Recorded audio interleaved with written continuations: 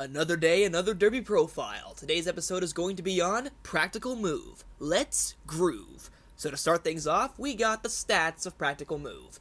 In total, he has raced 7 times with 4 victories, 1 second, and 2/3. Not a single performance off the board. And earnings of $884,200. All of his major races, and in fact all of his career races for that matter, have been in California. First, he earned 10 points winning the Los Alamitos Futurity as a 2-year-old, then he got 50 from winning the San Felipe Stakes, and then he got a grand total of 100 in the Grade 1 Santa Anita Derby, his most impressive race to date. In total, he has 160 Derby points, which is the second highest total, only bettered by the favorite Forte.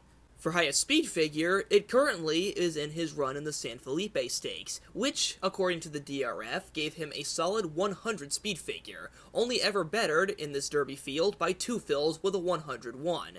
So in short, he is one of the fastest on paper. For how he uses that speed, it's pretty similar in all of his big victories. He stays on the inside rail, stalking in the first half, but then when they reach the far turn, he finds an opening, saves ground, and takes the lead at the top of the stretch before fighting like hell the rest of the way if anyone dares to challenge him. So far, this strategy, while definitely fallible, has yet to fail him. Even when horses do get close, as shown in the Santa Anita Derby, he can take a hounding and still keep his head in front. And that, in my opinion, is his greatest quality as a racehorse. The fact that he is so game and resilient and valiant, even when it comes to being pressed by 2 other horses that are swarming him late in the race. Sure, in the San Felipe and the Los Al Futurities, he had the race pretty easy, but that was just because he was that much better than everybody else. When tougher competition came to chase him, he did not back down, which is great to see.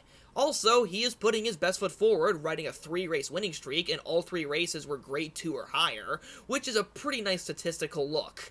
But that's kind of about it when it comes to his big pros. He also has some big cons, because when you look into the races themselves, the actual competition is pretty weak. Now, there are definitely a lot of ways to measure the quality of a field of horses in a race, but the best way to describe it, and the simplest, is that in both of Practical Moves' races this year, the amount of stakes winners he has defeated is 1, and that was Mandarin Hero. Every other horse that ran in the San Felipe or the Santa Anita Derby had no stakes victories under their belt whatsoever, just stakes placings and showings, which is not the best thing to have under your belt when you're about to face off against the toughest race of your life.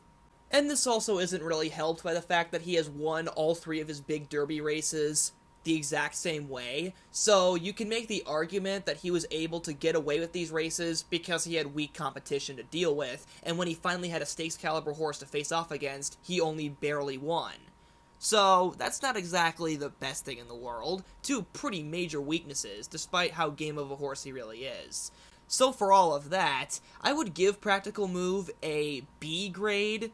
He has some good parts to him, but there is a lot that he's going to have to figure out by Derby Day. And with that, hope you guys enjoyed this episode of Derby Profile. Comment down which horses I should put on my priority list to cover in the future, and I will see you guys next time.